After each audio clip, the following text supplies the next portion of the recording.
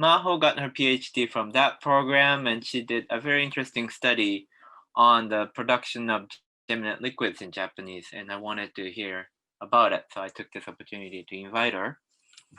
She's been organizing a really nice series for NINJAL, and I figured that she should be giving a talk rather than just organizing talks all day. So here we go. Let's hear from Maho Morimoto on the production of geminate liquids in Japanese and some implications for the phonetics of geminates. Hi, thank you, Kawahara sensei, for a very nice introduction. And thank you for inviting me. It is a pleasure to present here at the Asian Junior Linguistics. As was mentioned, I am currently a postdoc at NINJAL, or the National Institute for Japanese Language and Linguistics. And part of job, as mentioned, is to organize, it has been to organize online talks. So I can imagine how much work it was to put this conference together. So I would like to thank all the organizers. Okay, today I'll be talking about geminate and liquid sounds in Japanese. And I would like to note here that whenever I say Japanese language in my presentation, I refer to the standard variety of Japanese spoken in or around the Tokyo area, which I am a native speaker of. And before I begin, I would also like to note that much of the data and analysis presented here comes from my dissertation, which I defended last March, a few days before I sort of evacuated and came home to my house in Tokyo.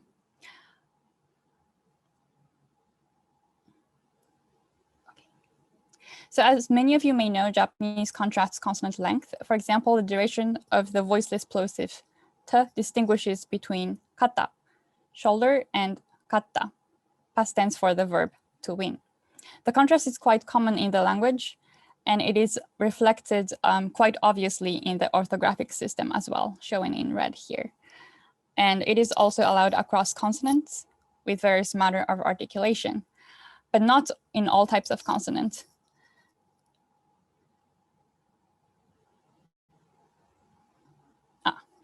Here are the differences in the constriction duration. Okay. Here are some more minimal pairs for the consonant length contrast. So there are spai, spai, kata, katta, haka, hakka, jisou, jisou, ishi, ishi, ichi, ichi, kana, kanna, sama, samma, and so on. But I think you can see that there is a natural class of consonants that are missing from the chart. In fact, while obstruents can be either short or long, approximants like liquids and glides are always short. In the regular Japanese lexicon, that is the Yamato vocabulary or the native Japanese vocabulary, and Sino-Japanese vocabulary or the Chinese origin vocabulary. But so in a restricted portion of the Japanese lexicon, long liquids or geminated liquids are indeed attested. And this study explores that they are explores what they are exactly phonetically and what they might be able to tell us about geminates in general. So here is the roadmap of this talk. I will first provide the relevant backgrounds on geminates first, and then liquids, and then we'll present on the methodology of a production experiment. And the results of the experiment will be reported first on the acoustic aspect and then on the articulatory aspect, and some discussion will follow. So first, phonetic and phonological characteristics of geminates in Japanese, pretty quickly. So as was pretty clear in the spectrogram and the waveform that I presented earlier, the primary phonetic correlate of Japanese is the duration of the consonant, which is a result of a prolonged constriction. And studies have also suggested several secondary correlates of geminates or other less prominent cues that listeners may exploit to perceive geminates. And that includes, but not necessarily limited to at this point, I think, the duration of the vowel preceding the geminate, the duration of the vowel following a geminate, although perhaps less so than the preceding vowels, change in intensity or pitch and maybe creakiness on the vowels surrounding a geminate, and also formant transitions at the offset of the preceding vowels. Here's a visualization of those correlates. So there's the duration of the constriction duration. This is katta, which would be longer for geminates compared to singletons. And this is the preceding vowel duration. And in Japanese, the duration of the vowels preceding geminates are shown to be longer than vowels preceding singletons, which goes against the cross-linguistic tendencies. And the duration of the following vowels here tends to, though not always, be shorter after geminates compared to singletons. And change in intensity would look at the differences in amplitude across geminates, pitch at the frequency across geminates, and for creakiness, periodicity on the vowels that are surrounding the geminates. And here I marked the formant transition at the offset of preceding vowels. It is not so obvious in this particular example, but it basically refers to the change in formant values such as F1 or F2 or maybe F3 at the tongue that happens when the tongue leaves the position for producing the vowel in anticipation of the consonant constriction. So as the tongue moves, there will be some traces. There will be some formant transition.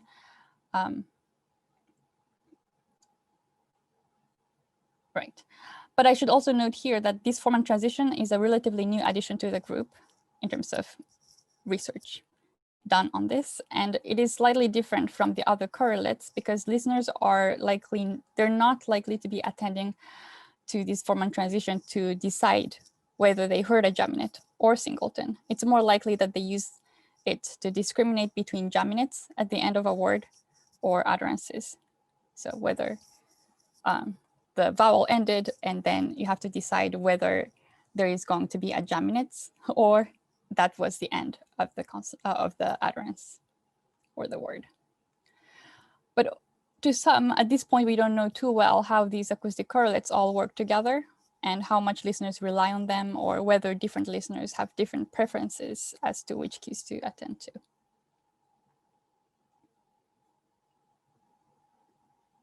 And in addition to that, we need to address the issue around variability in speech rate. So the raw duration of the consonant constriction is variable in real speech and can overlap across singletons and geminates depending on the speech rate. So for example, if I am speaking slowly and say kata with a singleton, the absolute duration of the singleton t might be about the same or maybe even longer than when I am speaking fast and say kata with a geminate t. But listeners still can perceive them as intended by the speaker at large. So to go around these issues, several studies have advocated for relational measures, such as the ratio between the duration of the consonant the duration of the consonant in the entire word, the ratio between the consonant and the preceding vowels, or the preceding mora, or the following vowels, or a more expanded region, including the following vowel and the consonant itself.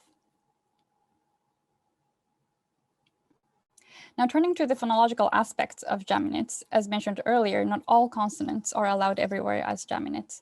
In particular, liquid geminates are disliked in the Japanese phonological system. And this can be seen in the fact that they are not allowed in the native vocabulary. And here I also present 3 phenomena in which geminated liquids are avoided in Japanese. The first one is geminated liquids, the behavior of geminated liquids in re-affixation, which is categorically is impossible. So the process suffix d plus gemination creates an adverb from a mimetic root. So if there is a mimetic root niko, you add ri to make an adverb smiling, and there is going to be a gemination.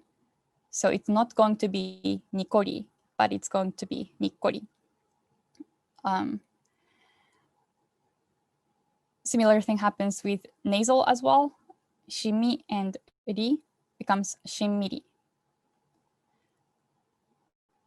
And uza plus ri, it's not going to be udzari, but it's going to be unzari. And fua plus ri, with a glide, it's going to be funwari, light.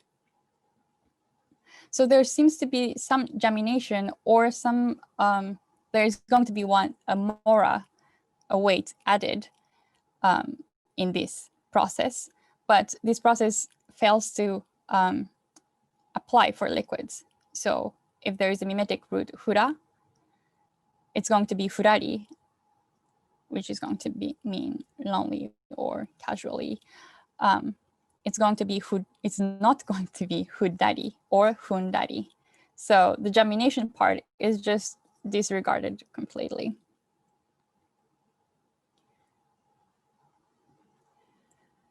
Another evidence that might point to the disfavored status of geminated liquids is in emphatic gemination, which is going to appear later in my experiment as well. So in Japanese, emphatic gemination adds pragmatic emphasis. So if there is a adjective katai, which means hard, if you add duration to the consonant, it's going to mean very hard. And this was, hello?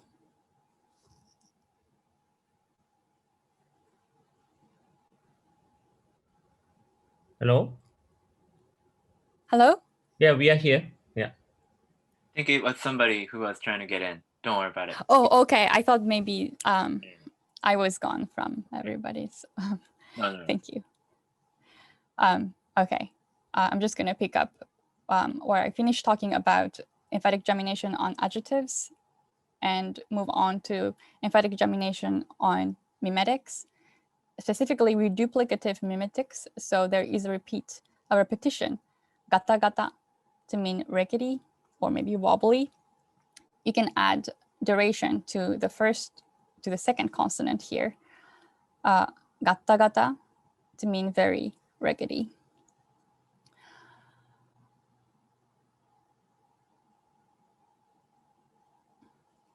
But this emphatic gemination does not work quite in the same way when the second consonant is a liquid. So if you have karai, spicy, a compensatory lengthening, so lengthening the vowel instead of consonant situation is preferred. Karai is more preferred compared to something like karai. And gara gara, empty, gara gara is more preferred to mean very empty than gara gara. Although I would like to note here that although forms like karai or gara gara are dispreferred, they are still possible, at least for some population. Right.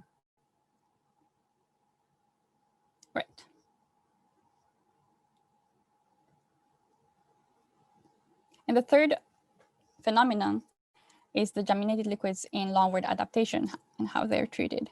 So geminated liquids do not appear in established loanwords or English origin loanwords. So although bed, English bed, becomes beddo with geminates in the adapted form, something like bell is adapted as beru and not as bedru.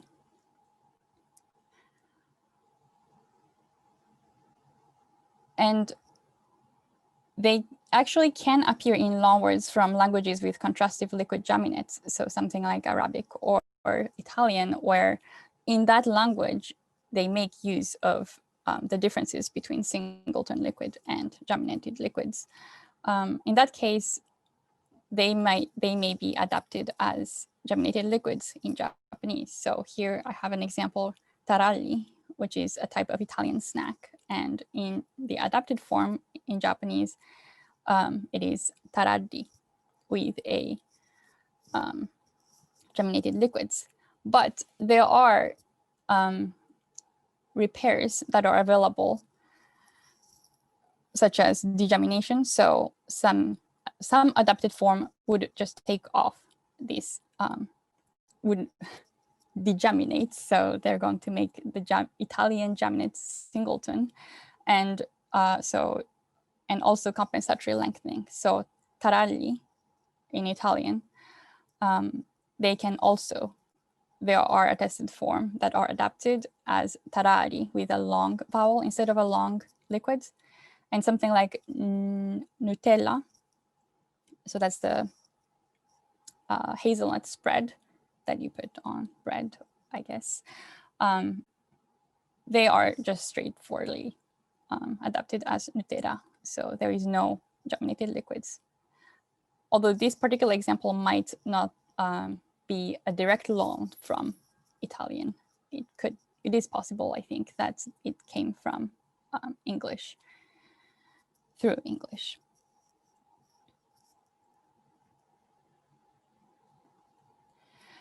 So far I hope to have shown that geminated liquids are disfavored in Japanese, but that they are not entirely impossible, but rather they hold a marginal status in the system. But next I would like to talk about what is it about liquids that are not so compatible with being geminated? What is wrong with them? And first I would like to talk about articulatory conflict. So one practical issue that arises when asked to geminate a liquid in Japanese is that there might be conflicting requirements in order to produce them. So the prototypical phonetic realization of liquids is tap or flap, something like ra, ra. And they are phonetically characterized with a ballistic or very rapid gesture, resulting in very short momentary closure. But now, assuming that gemination requires a prolonged constriction, there is a possible articulatory conflict. Should we prioritize prolonging the closure and lose sonority, lose the liquidness? Or should we keep sonority somehow, either without prolonging the consonant or still prolonging the consonant somehow? And previous EPG study, so electropalattographic study, actually conducted by Kawahara sensei and Matsui sensei, which I believe was in the proceeding of AJL a few years back. They indicated that when asked to produce geminated liquids, speakers produce laterals, so something like English L, which would be an excellent strategy in order to realize both duration and sonority, still being an approximant and still being long as required by geminates. That said, singleton liquids are known for its phonetic variability. So there are various speakers are known to vary in terms of singleton liquid production in Japanese. So we might expect variability in geminates as well. And geminated liquids are sort of understudied. There is a gap in the literature. So that is what this study was about. But crucially, so the articulatory conflict is, do we keep it short and sonorous or prolong constriction duration? Or do we make it a lateral, which is going to be a quite huge change in the manner of articulation. Another issue in geminating liquids is more universal. So liquid geminates are actually cross-linguistically unpopular. So here I have a chart that I made based on a phonological database foible. There were, so these are the number of languages that contrast singleton and geminates per manner of articulations, and they're sort of lined up in terms of the sonority scale. So lower sonority and higher sonority. There are some particular cases such as nasal stop. But you can see that languages that contrast liquids, there aren't that many compared to languages that contrast obstruent, that contrast length in obstruents. So cross-linguistically, geminated liquids are not so popular, and it is thought to be due to their sonorous characteristics, which means that liquid geminates are more confusable with singletons because the segmental boundary is more obscure. There are approximants, they are sonorous, there's a lot of resonance. The boundary between the vowel and the consonant is not as clear in the case of, let's say, stop geminates or fricative geminates. So here, there is again going to be, there has to be some prioritization, which is, do we keep it high sonority and make sure that it is a liquid, or do we make it distinguishable from the surrounding vowels? So there is another conflict here.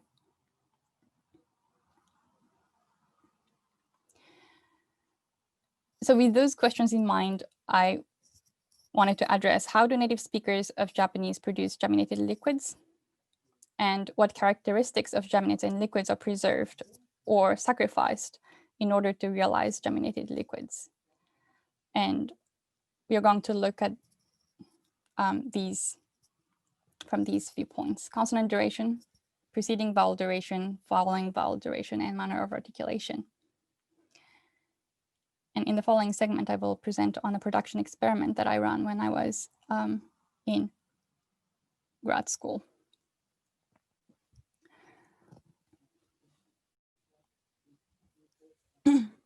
Excuse me. So the production experiment was conducted in Japan, and I used EMA, or electromagnetic articulography. EMA is not a whole tongue imaging system like ultrasound or MRI, but a technique more similar to something like X-ray microbeam, in that we track the movement of a sensor attached to the speech organ. Here are some samples of those sensors that we used. We glued these sensor coils to the speaker's tongue surface, and we used this blue box, the field generator, to create a magnetic field near the speaker's head. So we had to make sure that we place the box near their head. And then we obtained the positional data of the sensor coils within the magnetic field. And I should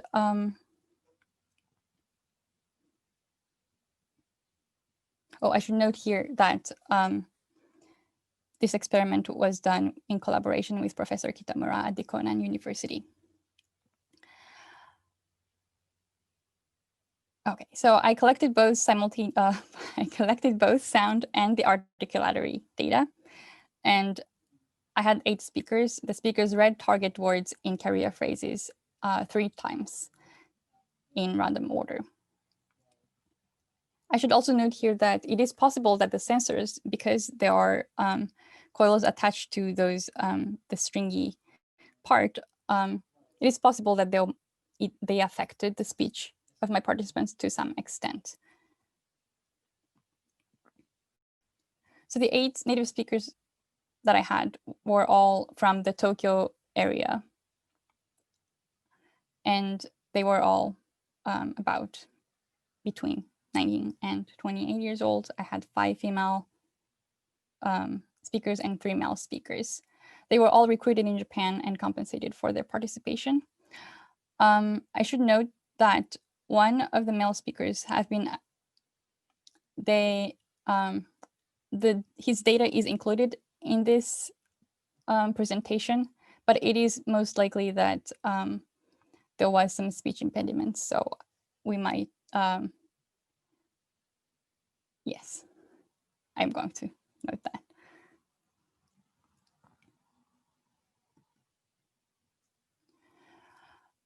So the materials, we had 39 reduplicative mimetics with 4 syllables.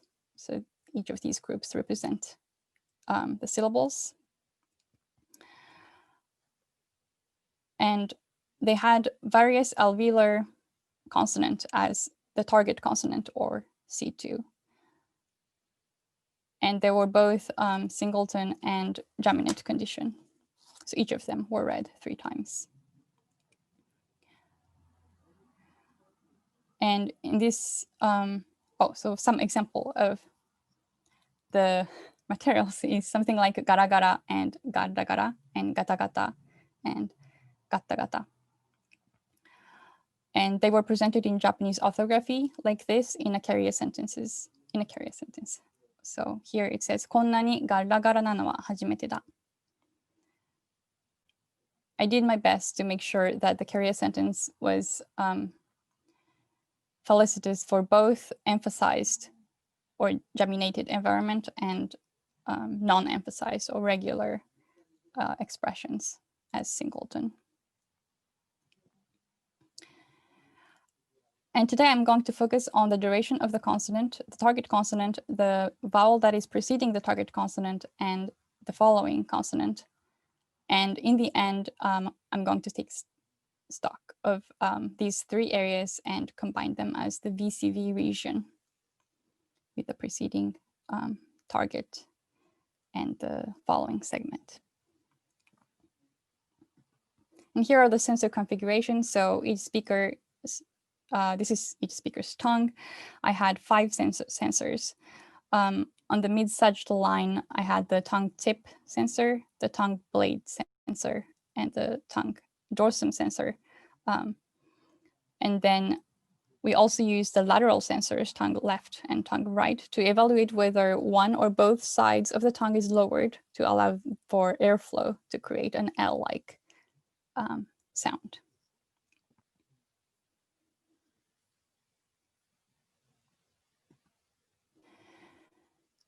So moving on to the acoustic results, the acoustic results presented here pertains to the 19 liquid mimetics and T mimetics, 3 of them, and D mimetics, 6 of them, and fricative, 3 S mimetics, and N mimetics. But I will be mostly focusing on the liquid consonants.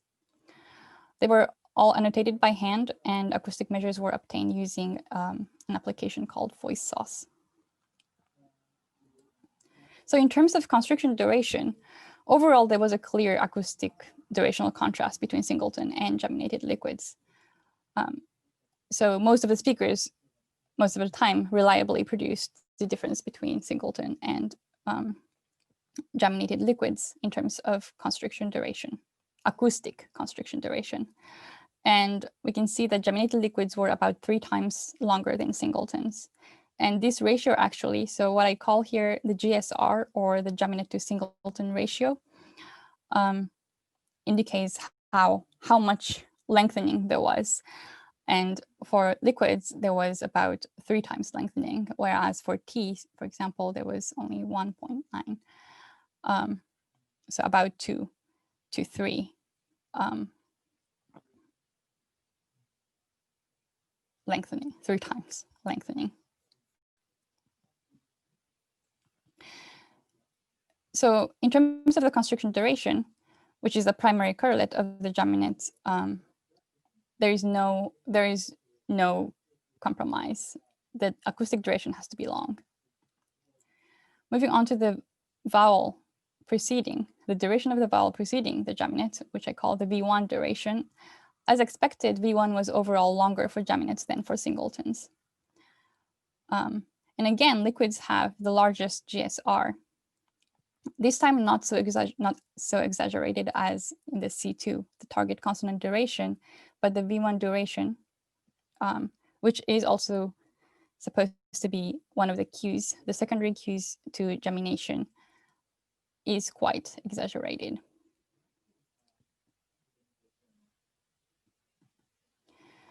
And there was an sort of an unexpected results for the V2 duration, or the duration of the vowels following geminates. Overall, there was no difference across length.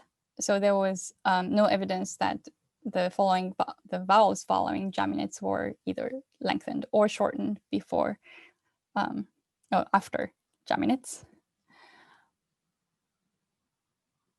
which is actually consistent with many of the previous studies. But there was something interesting for liquids, which is that there was an increasing tendency for liquids So for T, D, and S, the GSR is 0.9 or about. So it was either shortened or about the same across consonant length.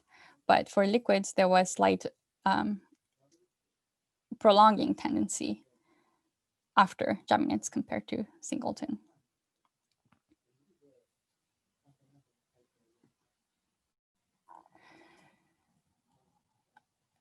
So when we visualize the differences between the duration of the consonant and the VCV duration per consonant, it seems that the raw duration of the consonant is not as stable as the overall span of the VCV region. And this is, so the fact that liquids are in raw duration the shortest, both for singleton and geminates, their VCV duration overall in milliseconds is not that different from the other consonants. This is a result of a huge increase in duration for the target consonant and preceding vowel, and also for some the following consonant.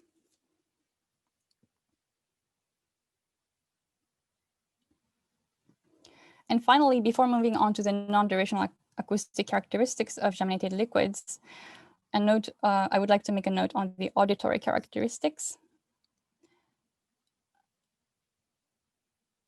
So there were no liquids that were produced as trills, something like garra garra, or voiced obstruents, so gada gada instead of gala gala.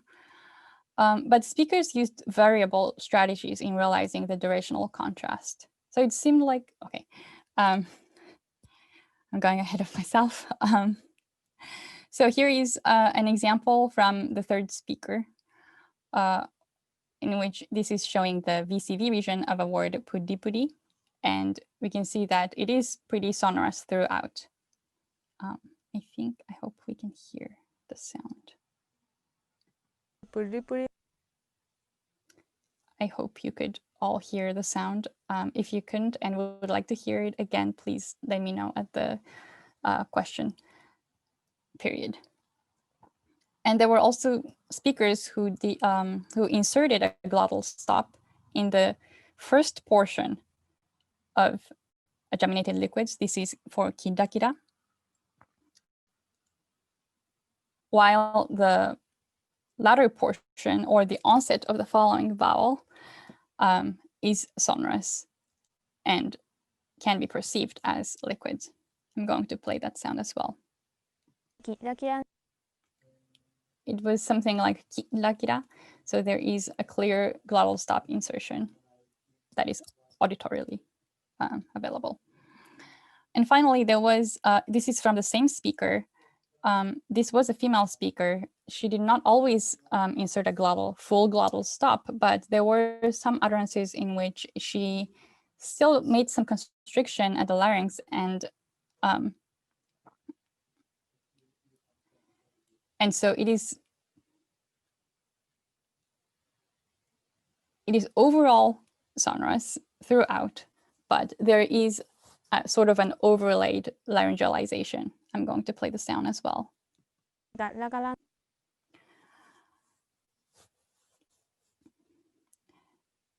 And this is just a few of the examples, but it seemed like it's already clear that different speakers use different strategies to overcome the previously mentioned conflicts.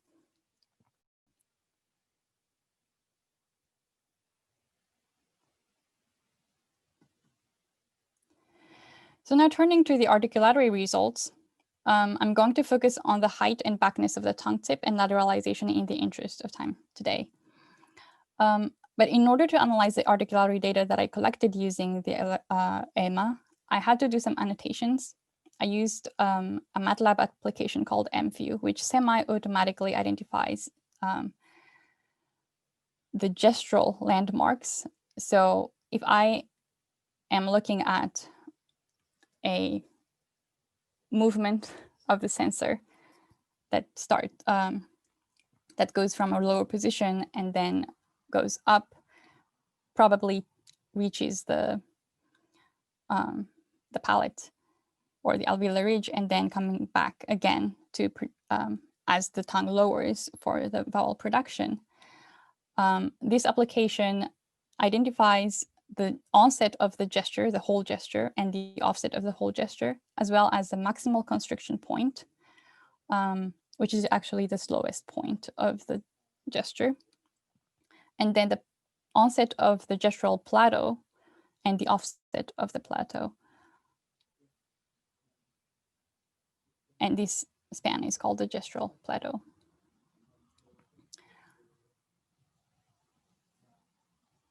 And in this data, I did this annotation using the velocity signal of the tongue tip sensor among the other sensors. So first, I'd like to show you what the outcome looked like. So here are some smoothing splines of the tongue tip vertical gestures. So where this is also the VCV region for each speaker. This is subject 1, subject 2, subject 3, and these are for singleton, and these are for the same speakers, but for geminates. So here we can see that at first, the tongue tip starts in a lower position and then reaches a higher point and then goes back. And we can see that the plateau of this gesture is prolonged for geminates compared to singletons. And when I analyze the position of the tongue tip, we can also kind of see that in this chart as well. But at the point of the maximal constriction point, so when the target of the singleton and geminates were achieved, the tongue tip was higher for liquids than in other consonants. So these are for T, singleton, and then T, geminates, D, singleton, D, geminates, and so on. There is a tendency overall that geminates have a higher constriction point, but regardless of the consonant length, liquids have a very high constriction point in terms of tongue tip.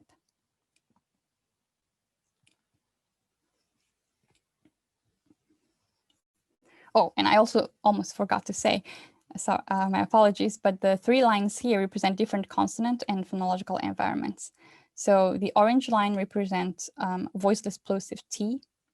So this orange line is T. Pink is liquid that is surrounded by non-high vowels, and the green line, it corresponds to liquids surrounded by high vowels, something like E. So kira-kira or something like gari-gari belong to the green line.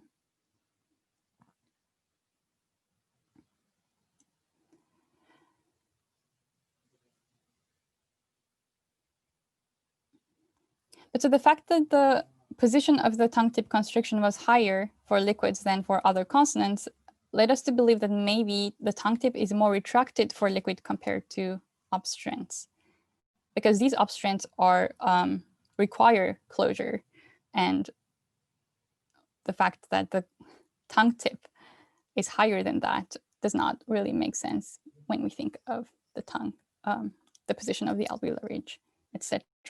But if the tongue tip is more retracted, then it has more space to be higher in position. So we looked at the tongue retraction to see whether the tongue was retracted more for liquids. We looked at the horizontal position of the sensors, and we actually confirmed that for both tongue tip and the tongue body,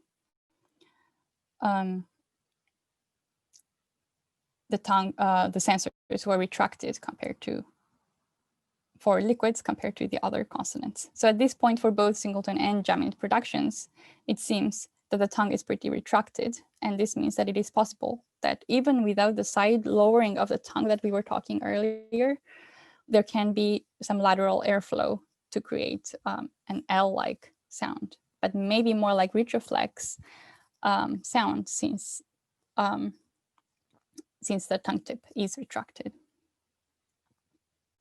But so then do we not need lateralization at all? So here is the trajectory of lateralization, or the difference between the height of the central tongue blade sensor and the lateral sensors. So these lines represent the difference in height between the central part of the tongue and the side of the tongue. And the main finding here is that there are variability among speakers.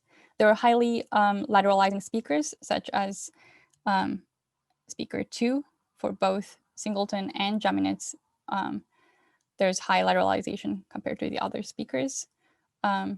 Speaker 3 also has a higher lateralization compared to the other speakers, and also speaker 7 is lateralizing a lot. And we also found that even for speakers that are not lateralizing for liquids in general, they tend to be lateralizing more for the green line when they are surrounded by high vowels. Actually high front vowels. And this sort of makes sense when we think of high front vowels requiring the tongue to go forward, but when the tongue goes forward and then the tongue, when they go forward and reaches the constriction, there might not be any more room for lateral airflow to preserve sonority for geminates, unless they lower the side of the tongue to make sure that there is room for the lateral airflow.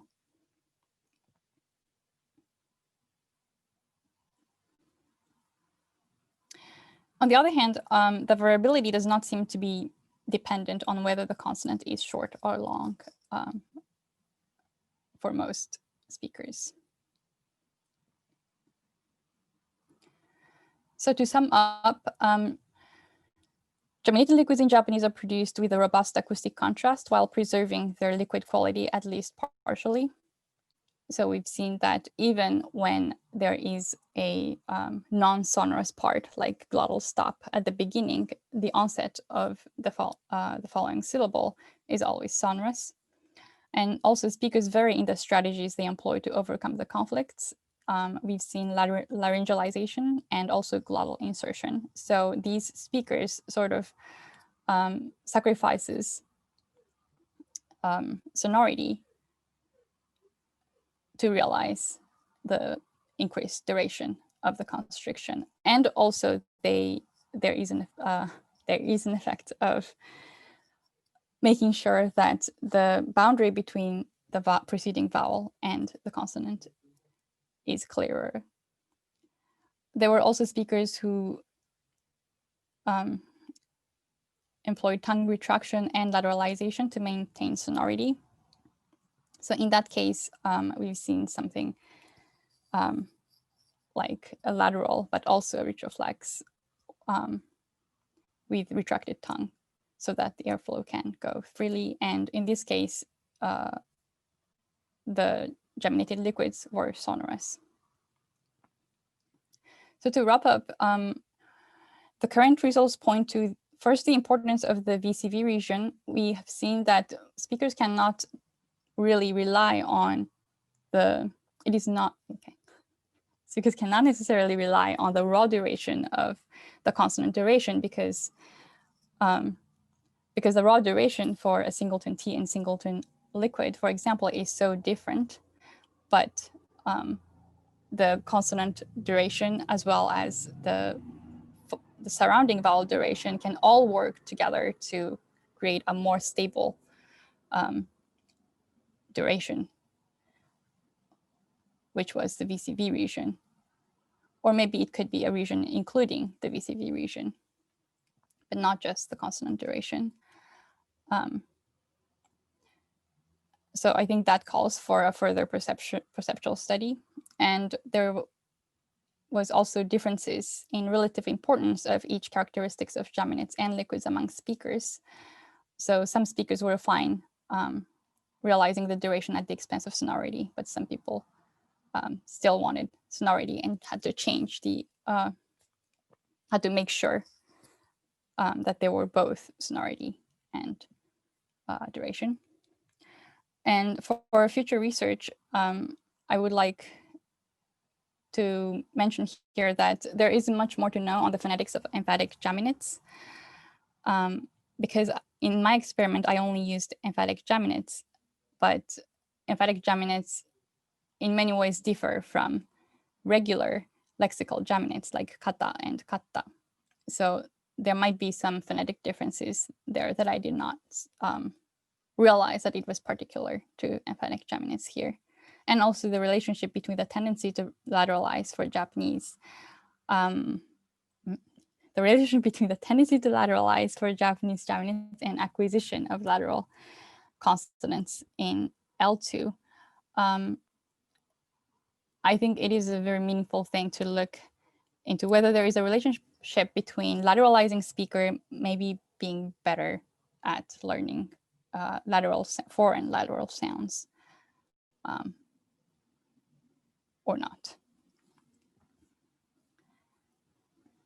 Among the many directions here. I think it would be interesting also to look more in what is a story on the perceptual side.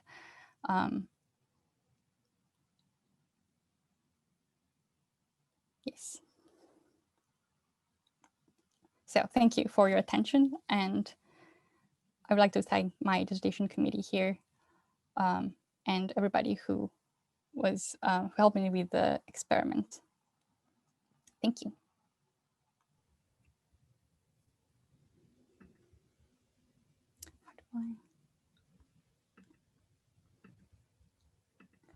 Yes, let's thank the speaker.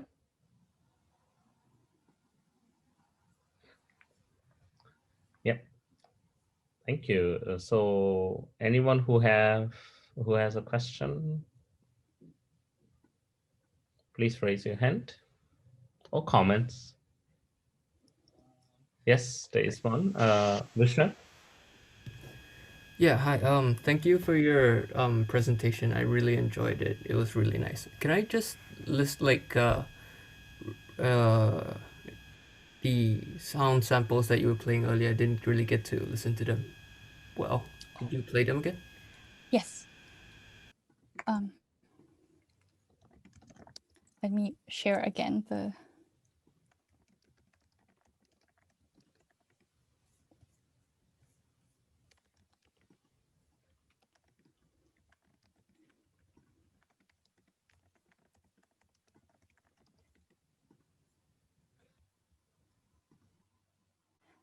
I hope this time it does.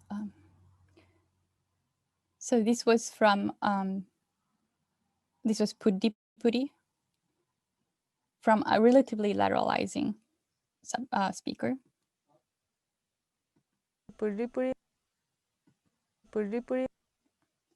And here is the glottal insertion.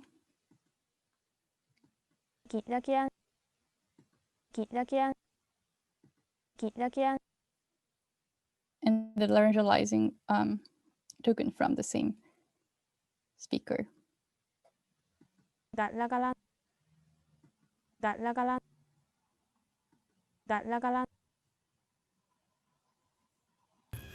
Right, thank you. I was just curious because you mentioned that the speakers vary according like their strategies for realizing this geminate liquids vary from speaker to speaker, right? But the examples that you played, I mean the environments are also different. Like I also noticed the first consonants were different. So like it was puri puri and kuri kuri and gara gara, for example. So I was wondering if like, for example, we had the glottal stop for kuri, right? Right, kuri kuri, kuri, was it? Oh, I was wondering if that had an effect, or is it really like just from speaker to speaker, or was it the environment as well?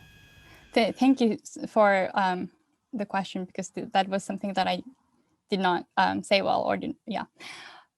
So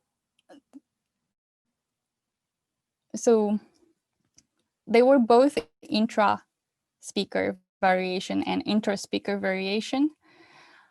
Especially the speaker 5 and 8 tended to produce geminated liquids with some laryngalization or glottal stop insertion.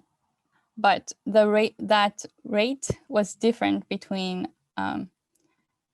speaker 5 and speaker 8. Speaker 8 was more sporadic, although I don't think that, at least so far, I can find whether the phonological environment in which glottal insertion was happening for speaker 8, whether there was any pattern. I don't think there was.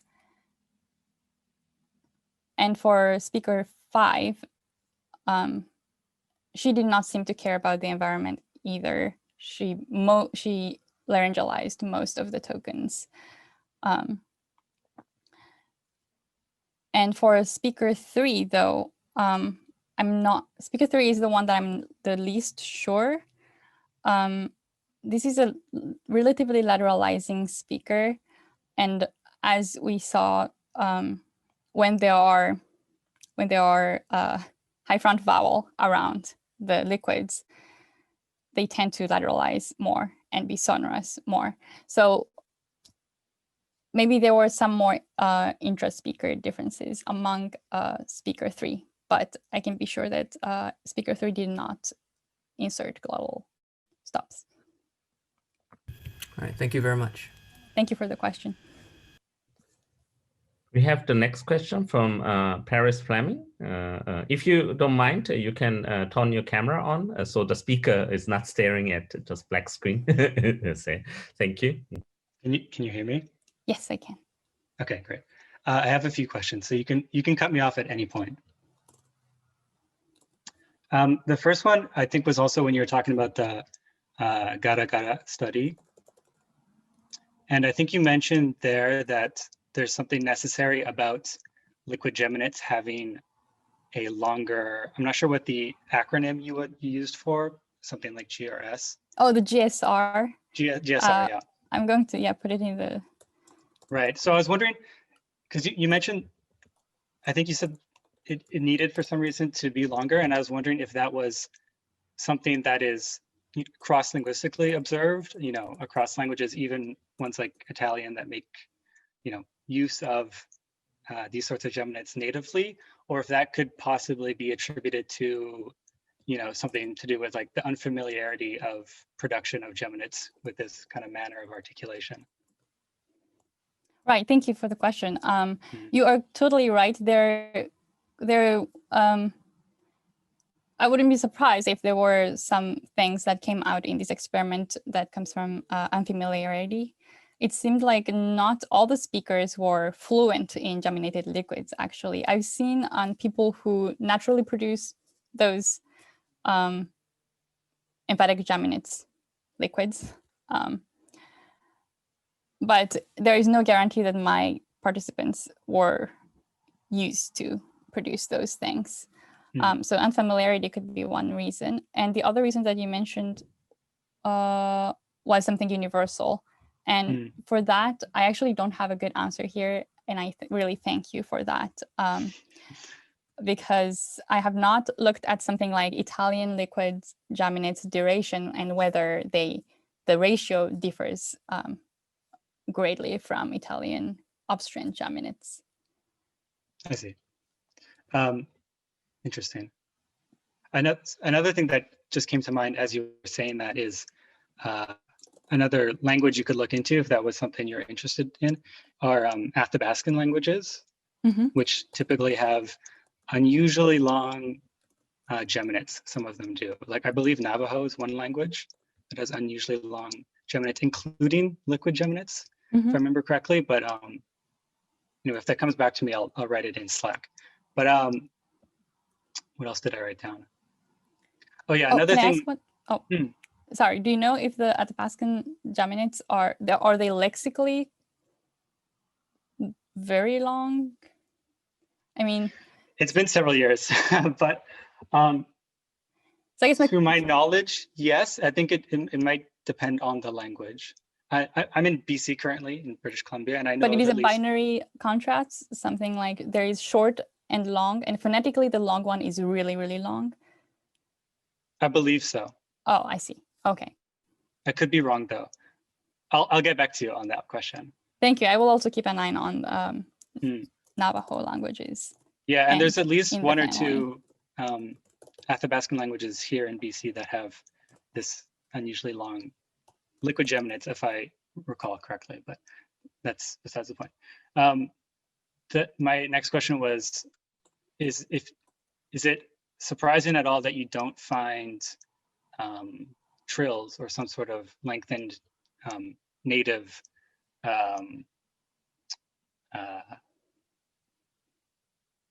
lateral or something in that family? Mm-hmm.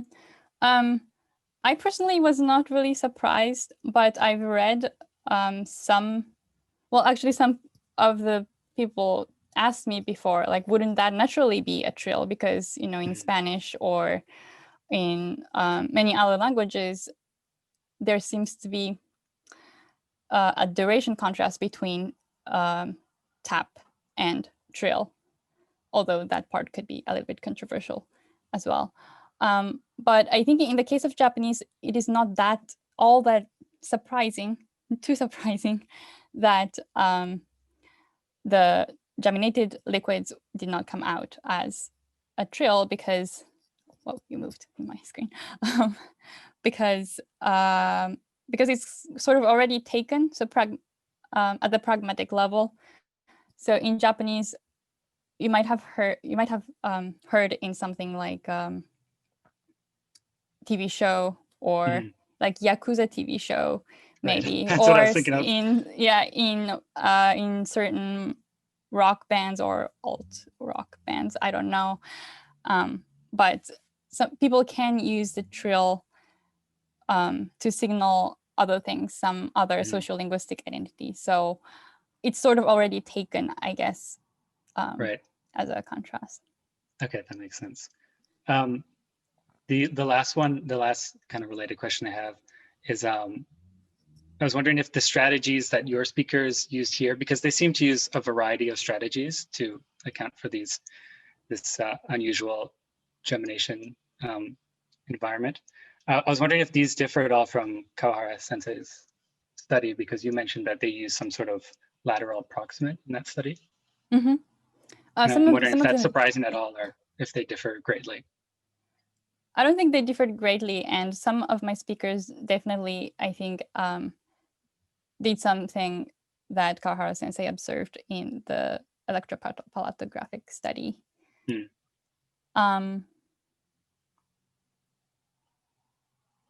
Yeah. Okay, I was just curious about that. That's it. Yeah, thank you, Paris. Next question is from Tarani Chow. Thank you very much, Professor Morimoto. So my question is very minor one, just for confirmation. Maybe I misheard you. So you said that you asked the participants to produce sounds that are unnatural in Japanese, but the sentences were they make sense semantically, right? So what do you think of such environment would influence the results? Would asking participants to produce pure pseudo nouns or like pseudo phrases would influence the results in any way?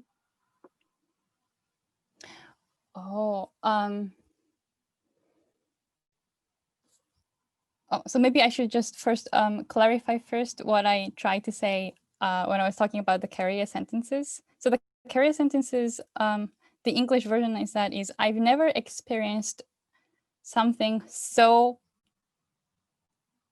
description.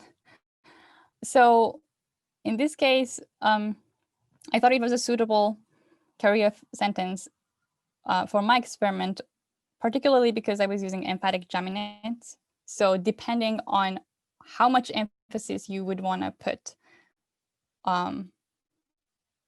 you can decide either you're gonna utter a singleton or a geminates. So I think there is to some degree there is some similarity with the vowel lengthening in English to express emphasis. So you could say, I've never experienced something so bold. You could just say that, or if you really want to emphasize, you can say, I've never experienced something so bold. Wait, actually, you might actually put the vowel lengthening on the so. Now I realize. So that's probably that's a difference between Japanese and English, I guess. But anyways, and so the only way I controlled how my participants would say those phrases was just by orthography. So they were just asked to read them. I'm not sure, there is no knowing for me whether the participants were actually putting a lot of emphasis on it, or how much emphasis were they putting on the emptiness. And that could be something that in the future I need to control. And also because when you mentioned the use of, I think you mentioned the use of non-words or something completely unfamiliar, definitely unfamiliar for everybody. Yeah, like you made up fake phrases that doesn't make any sense in Japanese. Right. I don't know. I would expect more disfluency. At least in this experiment, my participants had this. They had the schema. They knew at least that they were reading something with emphatic geminates, because it is a regular form of something like gara gara becoming gara gara.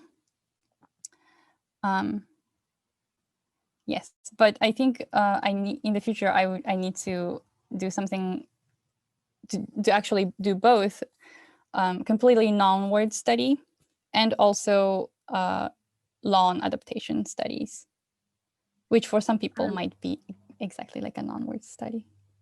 Excuse me, just a very, very quickly follow-up. So this time they do know that they're producing emphatic geminates, right? So yes, it's not 100% natural speech production. It's like they know that they're going to emphasize something, right? Okay. Yes, and it's read speech Thanks a lot. also. Thank you. Kawahara sensei, please. Yeah, thank you. I have a couple of related clarification questions. Since I don't have the slides, I'm looking at your dissertation. But one thing that was striking is that you found that the tongue tip height is higher for geminates than for singletons, but that's just for R, not for other consonants. Right. At least statistically. Yeah. Yeah. So my first question is whether that reflects something real or whether that has something to do with how Emma can track the movement, because I should know this, but what's the resolution? Not resolution, frequency? Sampling frequency of Emma? It's it was 400 hertz. Oh, 400. Okay. So it tracks every 2.5 milliseconds. So okay. So it's not like since singletons are so short, you're missing the maximum constriction point, or there's no guarantee that Emma can pick up that moment of maximum constriction. You can rule that out. I think so. Okay.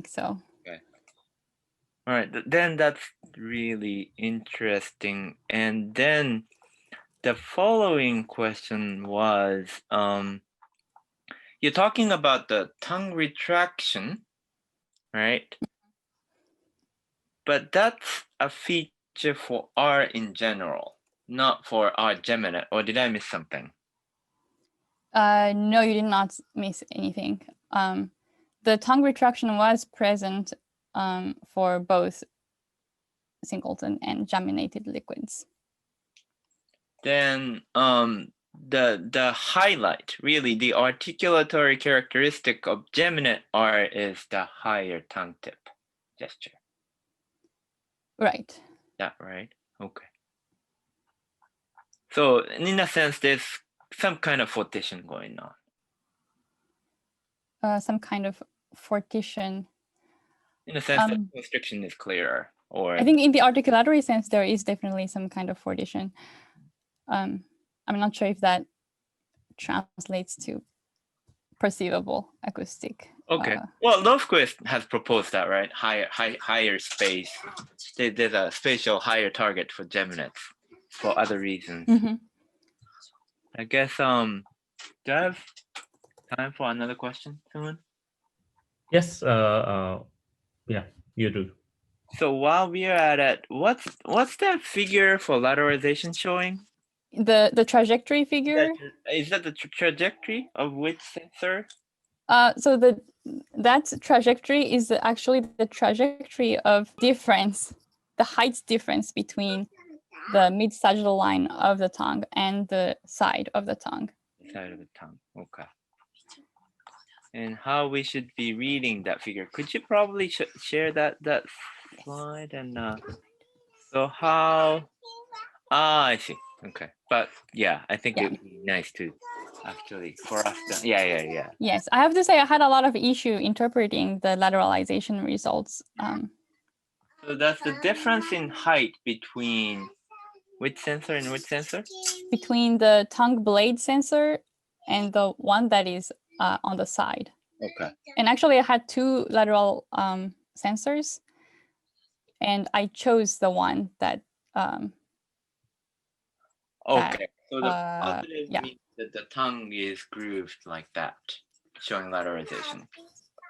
Right. So in this chart, the value is higher if the side is much lower than the mid-sagittal part of the. Okay.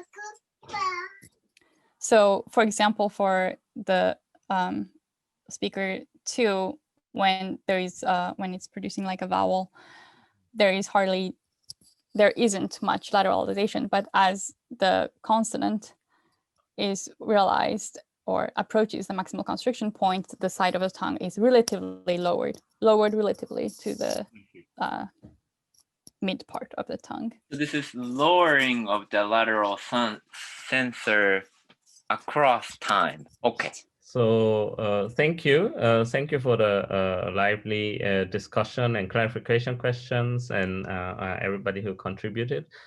Please let's send an applause to Morimoto, Maho, one more time. Maho Sensei.